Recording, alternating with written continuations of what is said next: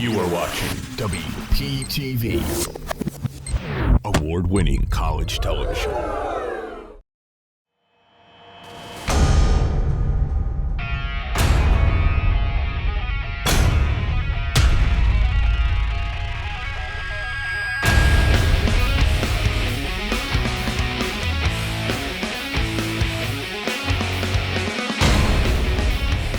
Welcome back to the desk. 6 days from now, the NFL's premier offseason event is taking place. Of course, I'm talking about the NFL Draft. Last year, we had the first ever live mock draft in WP Sports Desk history, where we predicted the first 16 picks in the first round of the draft. This year, we're stepping it up a notch with all 32 picks in the first round. And helping me today is Bijan, Pulley, Andy Gavin, and Trent Troller. Each analyst gets exactly 1 minute to state who they're picking and why. The Chicago Bears have the first pick in the draft, and starting us off will be Bijan Pulley. Bijan, the Chicago Bears are now on the clock. My pick is Caleb Williams. We kind of been known he's the first overall pick for since the Bears got the number 1 overall pick, to be honest. And what is there not to like? He can do almost everything. But I do want to address one thing. The narrative he can't play in structure is just wrong. When you watch his tape, you consistently see him standing in the pocket, fully scanning the field and making the right pass in the structure of the offense. My only concern is how loose he is with the ball when he tries to extend the play, but I believe that can be easily fixed. He's going to have a good supporting cast, which really doesn't happen when a team gets the number 1 overall pick. He's going to have 2 good receivers in DJ Moore and Keenan Allen, a solid tight end in Cole Kmet, and a solid offensive line. I believe Caleb Williams will be the Bears franchise quarterback for the next decade plus. They finally got their guy. Yeah, absolutely. I agree. I mean, Caleb Williams, a phenomenal player, going into a really good situation. But Trent, second pick, the Washington Commanders have it. And Trent, the Washington Commanders are now on the clock. It's a basic pick, but going with Drake May for the Commanders. They need a quarterback. They traded out Sam Howell, so they want to get rid of a North Carolina quarterback for the North Carolina quarterback that succeeded him. Yeah, same situation at North Carolina. Essentially. I mean, when you look at Drake May's film, he's got a cannon for an arm. He's real smart, real athletic. And if you want a competitor, he's got 3 older brothers. I don't know if you've had brothers, I haven't. But they basically compete with one another. They better one another. He comes from a family of athletes, and having that is really giving him a competitive edge that not a lot of quarterbacks have, and quite frankly, I think is a little better than Caleb Williams in this draft. Yeah, I mean, there has been some debate between Caleb Williams and Drake May, QB1A, QB1B, QB1, QB2. But moving on, Andy Gavin, you have the New England Patriots with pick number 3. The New England Patriots are now on the clock. And the Patriots are going to take Jaden Daniels, the Heisman winner. He had 40 touchdowns to 4 interceptions, almost 4,000 yards. He's a two-way quarterback. He can run, he can throw. He doesn't have a one read and go. He looks around, he can scan the field well, and it's going to help a depleted receiving room, and he's going to make Juju better, and now KJ Osborne even better. I'm excited to see what the Patriots can do with him. Yeah, Jaden Daniels, I have my opinions on him, and I'm sure everybody here does, especially Bijan, who is an LSU fan. But I'm up now, and I have who is it? It's the, help me here. Arizona Cardinals. I knew who it was. But the Arizona Cardinals with pick 4. And for me, I'm taking Marvin Harrison Jr., the wide receiver out of Ohio State, 6'4", 205. He's got a big frame, a true X receiver with his play strength. He's the son of the legendary Marvin Harrison Jr. for the Colts. 8 games this season with 100-plus receiving yards, including a 4-game streak of it. 18.1 yards per catch. Like I said, true X receiver with size, play speed, consistent separation, and strong hands and ball skills to come down with contested catches. He's going to a Cardinals team in this devoid of offensive talent, and they need to supplement Kyler Murray with a go-to guy.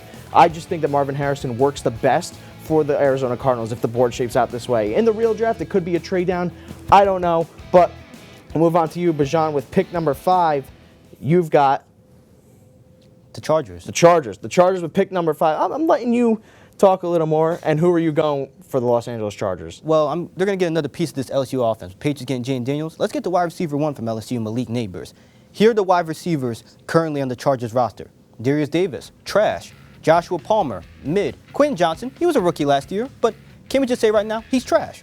Chargers simply need to give Justin Herbert a wide receiver he can rely on, and Malik Neighbors is a big play waiting to happen. He's good at getting separation immediately off the line. He can make a play that looks like a 5-yard gain and get an extra 20 yards after the catch. Not to mention, he's an incredible deep threat. Chargers draft him, they have the wide receiver 1 for the next several years. Absolutely. We'll move on now to Trent. You have the New York Giants with pick number 6.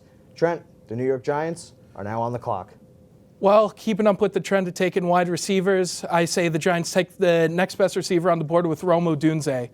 Now, the thing with Rome is that you look at his build, he's perfect for a wide receiver. 6'3", long arms, long legs, real physical, great catcher, fantastic at contested catches. Of course, that brings up a bit of a worry with him that if he's contesting catches so much, what kind of separation is he going to be able to get in the NFL? And while that's an issue, the thing is you're not going to find a competitor like this guy. This guy believes in his team. He's a leader. And in terms of wide receivers on the Giants don't have much at all in terms of wide receivers. What they need is a big guy like Rome. Yeah, absolutely. Rome Odunze's a really good player there. But now, Andy, you've got the Tennessee Titans with pick number 7, and the Tennessee Titans are now on the clock. Tennessee Titans are going to go with Joe Alt. Father was John Alt, an All-Pro NFL tackle, and his brother Marc Alt also played for the Hurricanes for a while. But he creates pre-snap playing combos for blocks. He's getting from 1 and 2. He maintains feel and keeps moving mirror to his and rises opponent for a block. He's really good, and he's really going to help Will Levis. They believe in Will Levis, and he's going to protect Will Levis' blind side for the foreseeable future. Yeah, I really like the Joe Alt pick there. They need a strong left tackle, solid building block for Brian Callahan to build up that offense in his eyes. Titans' line was the worst line last year, It absolutely was, and now I have the Atlanta Falcons with pick number 8, and I'm going to go ahead and take Dallas Turner, the edge rusher out of Alabama, 6'4", 250 pounds. Falcons have virtually no talent on the edge, right? I mean, but Turner with Raheem Morris fits that 3-4 outside linebacker pass rusher mold perfectly. Exceptional athleticism. We saw that at the Combine. He's a tenacious pass rusher with 23 sacks in 3 seasons at Alabama. And if you need him to drop back in space like a 3-4 outside linebacker frequently does, he can do it no problem. He did it at Alabama perfectly. I think Turner and Raheem Morris are a match made of heaven. Now, Turner is a little raw, but he's talented, and he's athletic enough to start right away, but Morris may want to develop his run defense a little bit before, starting him full time. But we'll go over our picks from 1 to 8. Don't go anywhere, though, because when we come back, we've got picks 9 to 17 coming up when we come back on Sports Desk.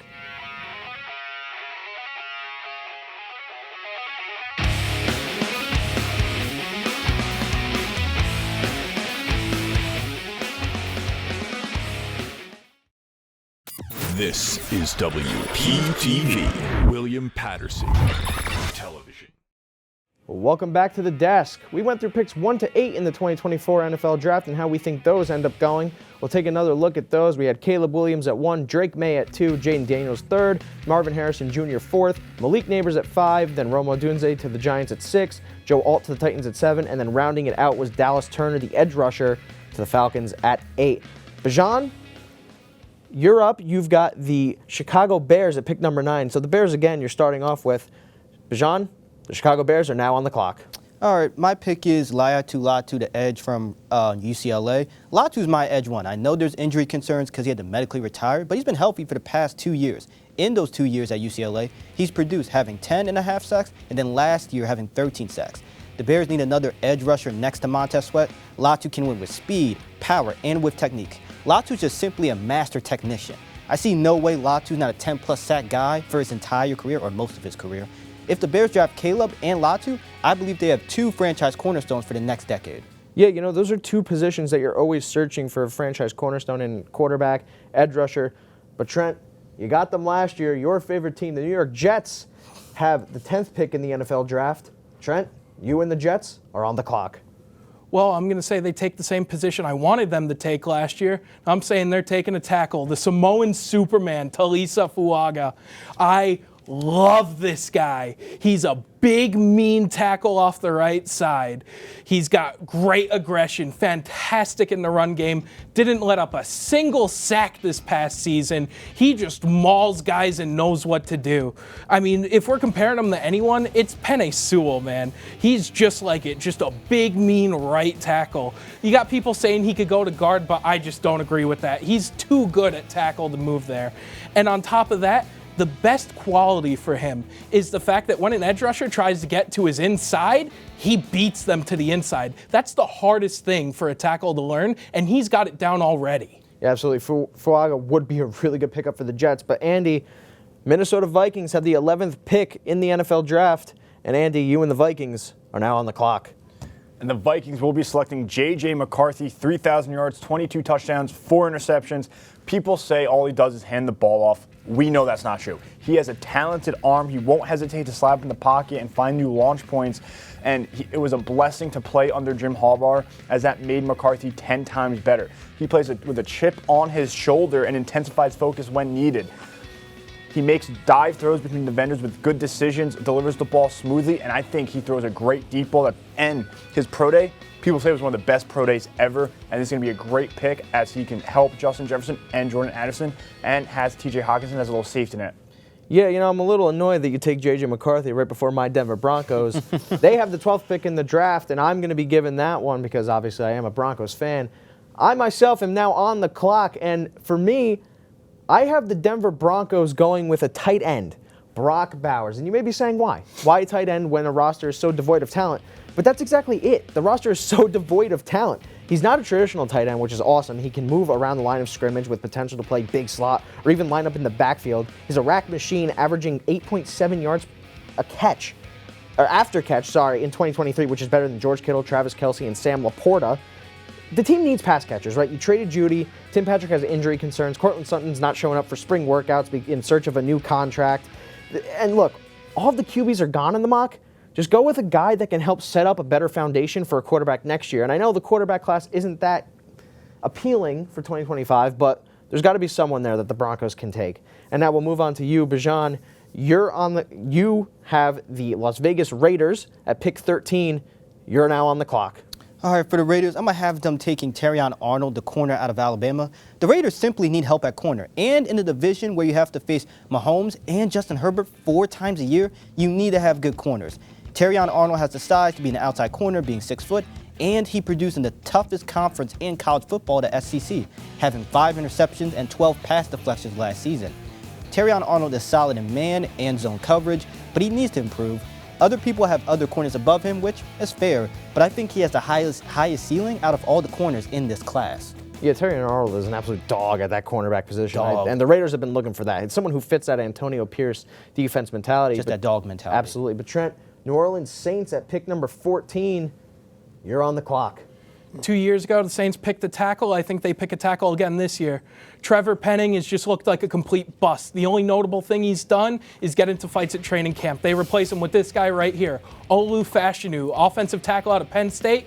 Penn State's offensive MVP. He's a big guy, huge arms, fantastic in the pass block. And quite frankly, he reminds me a lot of a guy that the Saints had just a few years ago in Teron Armstead. So really, I think this is a great guy to have him in, immediately put him at left to protect your quarterback, and overall just have a great pass blocker. Yeah, I mean, probably better upside than Trevor Penning right now as it stands. But Andy, Just a little. Yeah. Andy, you've got the Colts, pick 15. You're on the clock. And the Colts, Jim Irsay will be picking Quinion Mitchell. Makes sense with the RAS. But he tackles like a safety and has ball skills of a cornerback. Mitchell can play a variety of coverages with a clear-cut top cornerback at the Senior Bowl, working as the top receivers. He has ability to close in on the ball quickly, and it's no secret the Colts corners struggled this season and need help with the secondary. And he plays physical at the point of the catch, and he runs through his targets. Yeah, absolutely. I'm a big fan of Quinion Mitchell. If the Broncos if the value was there at 12, I would love the Broncos to take him. But I've got the Seahawks to round out this segment at pick 16. And now I'm on the clock, and I am taking Jared Verse, the edge rusher out of Florida State. You know, he transferred from Albany to Florida State in 2022. He could have been a top 10 pick last year, but he decided to stay in Tallahassee for another year. Took a bit of a dip in production, but the talent is still there with a very refined pass rush skill set. His run defense for college is strong, but it may need a little tweaking in order to fit an NFL defense.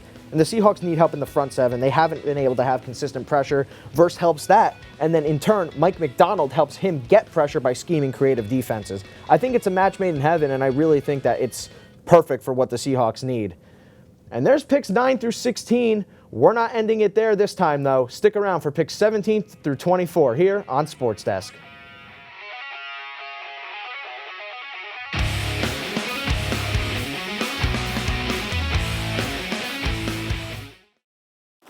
You are watching WPTV, award-winning college television.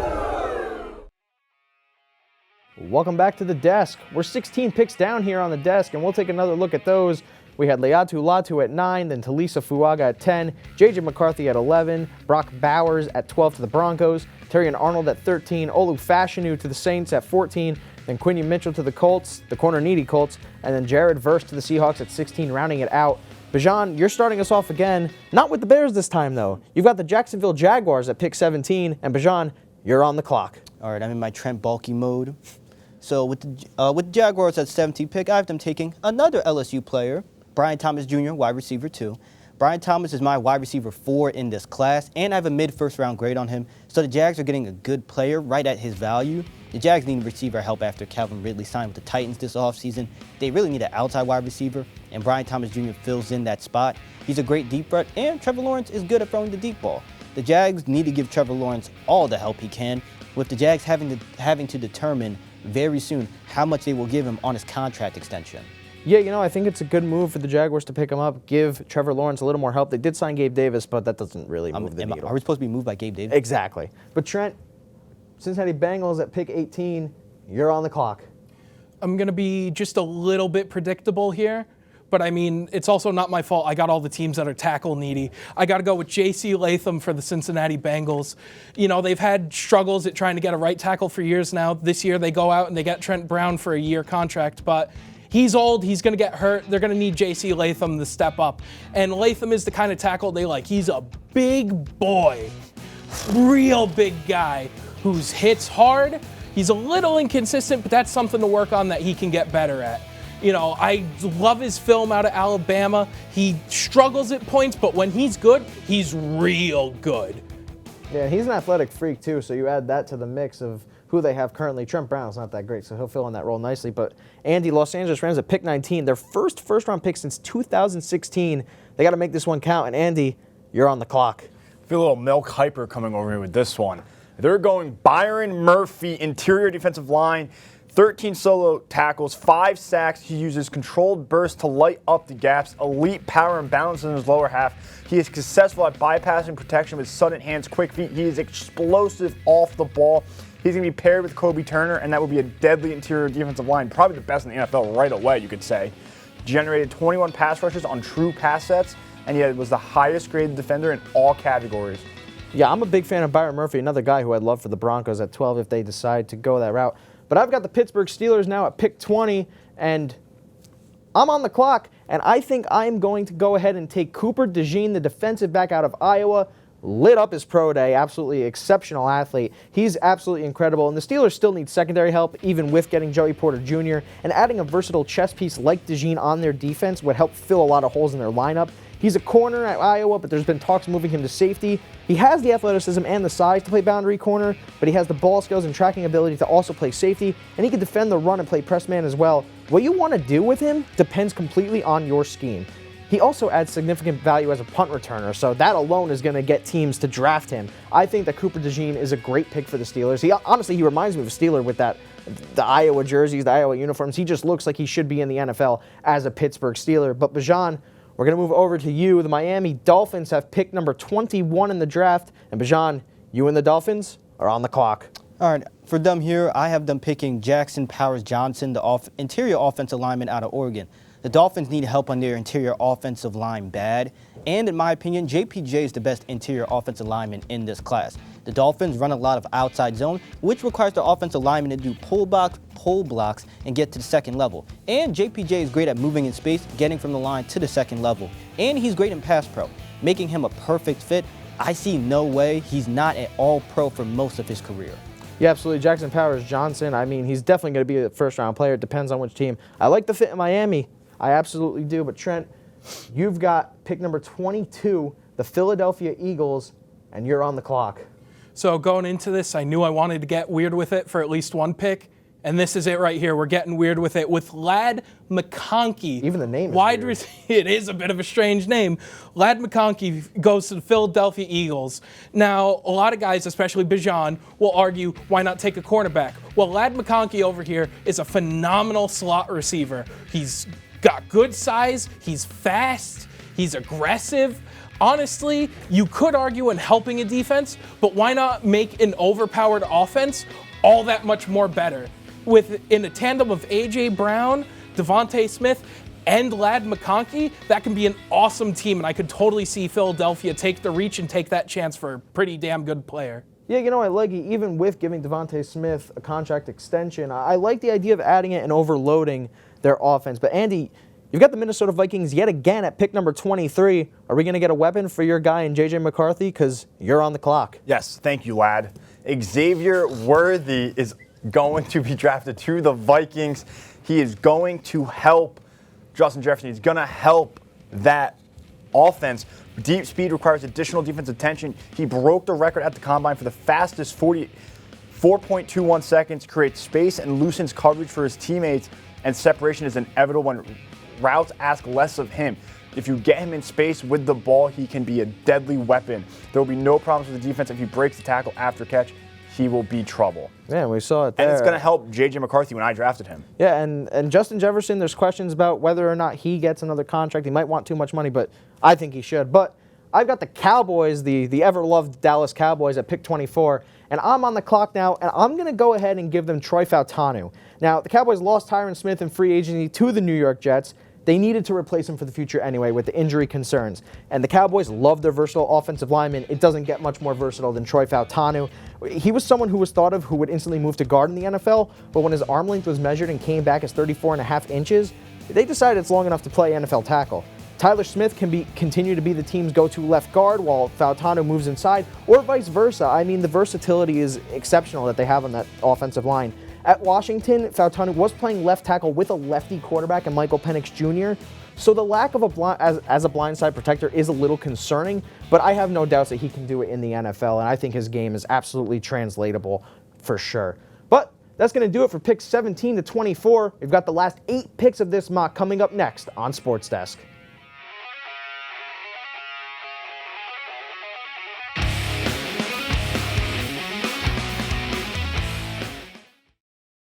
This is WPTV, William Patterson Television. Welcome back to the desk. We're here for the home stretch of this NFL mock draft, and here's a recap of the last 8 picks we did. Brian Thomas Jr., J.C. Latham, Byron Murphy II to the Rams, Cooper DeJean, Jackson Powers Johnson, Ladd McConkey to the Eagles, Xavier Worthy, then rounding it out was Troy Fautanu to the Cowboys. Bijan, you've got the Green Bay Packers at pick 25, and you're on the clock. All right, my pick for the Packers here at 25 is Nate Wiggins, the corner from Clemson. The Packers made a big defensive signing this offseason, signing Xavier McKinney, one of the best safeties in the league, but they still need another outside corner next to Jair Alexander. Nate Wiggins, in my opinion, is the best corner in coverage in this class. He's already very good in man and zone coverage. Now, his biggest concern as of right now is he doesn't provide much support in the run game because of his thin frame, but I believe he can be coached up to be okay in the run game and add more weight as he's going to be in an NFL weight training program now. Yeah, you know, Nate Wiggins came in at the combine weighing 173 pounds, which is very, very light for an NFL cornerback. But Trent, we'll move on to you. Pick 26, the Tampa Bay Buccaneers. You're on the clock. So at pick 26, I'm going to be talking about the first defensive player I talk about today. Tampa Bay needs an edge rusher, so I think they go Chop Robinson here. He's not the biggest edge rusher, still 6'3" is pretty big, but what he's got is great athleticism off the edge. He's real mean, got great leadership, and overall, the guy I see him compared to most, honestly, is Shaq Barrett, who, quite frankly, is the best fit for him because that's the team that Shaq Barrett just left. So who better to replace him than a younger version than him? Yeah, absolutely. I mean, I like Chop Robinson a lot. I mean, people are actually, the athleticism jumps off the charts, and people are comparing that to Micah Parsons. But, Andy, we'll move on to you. Pick 27, the Arizona Cardinals' second pick in the draft. You're on the clock. And the Cardinals are going to take defensive tackle Jerzon Newton. He's a compact, muscular with plenty of upper body, loose-limbed, athletic with the ability to run the field like a big defensive end, and you can put him out if you need to. Agility and suddenness unlock slide and slap movement, and he can beat guards, and he can slide himself through gaps. An edge-to-edge attacking mindset creates secondary pressures and sack. I'm excited what he can do with that defense with the Cardinals, because who else do they have? Zaven Collins? the defense is abysmal. to say the least. No, it absolutely is. It needs rebuilding. And Jonathan Gannon, he's going to prioritize building that part of his team. He is a defensive head coach. But I've got the Buffalo Bills at pick 28, and now I'm on the clock, and I'm going to be taking wide receiver out of Texas, Adonai Mitchell. I mean, he falls right in their lap. He's perfect. They traded Stephon Diggs to the Texans. They let Gabe Davis walk in free agency to the Jacksonville Jaguars. They're left with Khalil Shakir as their best wide receiver. Mitchell absolutely exploded statistically in an expanded role after transferring to Texas from Georgia this past season. Had 134 yards his last year in Georgia to 845 and 23 with Texas. He solidified his first-round status after lighting up the combine last month. He plays even bigger than his 6'2" height, like it says. He's got true wide receiver one potential with Buffalo clearing house in the wide receiver room. I think he's a great fit there, and I think Josh Allen is going to get great work out of him. But, Bijan, we've got the last 4 picks coming up in this mock. You're up with the Detroit Lions, and you're now on the clock. For the Lions here at pick 29, I'm going to give them Kool-Aid McKinstry, the other cornerback from Alabama that was next to Terrion Arnold. The Lions did trade for Carlton Davis, who was a good corner from the Bucs this offseason, but after the Cam Sutton situation, they need another outside corner. Even though Kool-Aid didn't have the flashy stats, that happened because no team wanted to throw his way. He's just solid in every aspect of the game. He doesn't have a super high ceiling, but he can come in from day one and be a very solid starting corner, which the Lions need to make a Super Bowl run. Absolutely, and Kool-Aid also added value as a punt returner, similar to Cooper DeJean. He was able to get in the return game. But Trent, we'll move on to you. Pick 30, Baltimore Ravens. You're on the clock. So just a few weeks ago, the Baltimore Ravens traded Morgan Moses. Ronnie Staley's old, and he gets hurt a lot. Baltimore's going to need a tackle sooner or later. I think they go right here with Tyler Guyton out of Oklahoma. Tyler Guyton's a guy who really does need time to develop, but I think having Ronnie Staley at least start ahead of him for a little while is definitely going to help him. And Tyler Guyton's a guy who's 6'8" with giant arms. Quite frankly, you couldn't get a better build for a tackle, in my opinion. So really, it's what Baltimore needs right now because they have their interior solidified. May as well go out, protect Lamar, and get the best tackle available at this point. Yeah, but you wonder if the height does bring up issues similar to like we've seen with Evan Neal with leverage. But I think it'd be a good fit, molded under one of the teams that's had better O-lines in the NFL in recent years. But Andy, you've got San Francisco 49ers at pick 31. Second to last pick in this draft. You're on the clock. And John Lynch is picking Ennis Rakestraw Jr., 24 solo tackles, a lot of pass deflections, a cornerback that they need, a boundary cornerback, highly competitive with quality toughness at the position, rides the receiver all the way, excellent body control, allows him to stay in the pass and comeback routes, and he uses well-timed punches and slaps to disrupt the pass, and he's really good in run support and willingness to wrap and lift ball carriers. He's only 5'11", kind of small, but he plays with huge size. He absolutely does. I'm a big fan of Ennis Rakestraw, and I think he'd be a good pick for the 49ers here with really only Travarius Ward as their other boundary corner. Rakestraw has a lot of potential. But I've got the Kansas City Chiefs at pick 32, and now I'm on the clock, and I'm going with Amarius Mims, the offensive tackle out of Georgia. He's extremely young, huge, 6'8", 340 pounds. I don't know how he slipped this far, but it could have something to do with the fact that he's only started 8 total games in his collegiate career. But in those 8 starts, 0 sacks, 0 hits given up. He's extremely young and moldable, which is what the Chiefs like. He can either start right away on the right side while Juwan Taylor moves to the left, or he can sit and develop under quality offensive line veterans like the aforementioned Juwan Taylor and Creed Humphrey. I'm saying it and it's making me physically recoil because the idea of Amarius Mims in Kansas City scares me as a Broncos fan because he will just eat any of our edge rushers alive, like Nick Bonito and, Baron Browning. They're all a little undersized, so going against Amarius Mims, I just don't see a successful future. But, what? Andrew Gavin from Penn State wasn't drafted. Anyway, that's picks 25 to 32, and we'll take a quick look at a recap. We got Nate Wiggins to the Green Bay Packers, Chop Robinson to the Bucks, then Jerzon Newton to the Cardinals, Adonai Mitchell to the Bills, Kool-Aid McKinstry to the Lions, Tyler Guyton to the Ravens, Ennis Rakestraw Jr. to the 49ers, and then closing us out, Amarius Mims to the Kansas City Chiefs. But that's it for this WP Sports Desk mock draft. Don't forget to follow us at Sports Desk WP for updates and more. Thank you to all the cast and crew, and a big shout out to our studio manager, Al Clarke. From Studio B in Hamilton Hall, and for everyone at the desk, I'm Marc Brandt. Join us next time here on WPTV.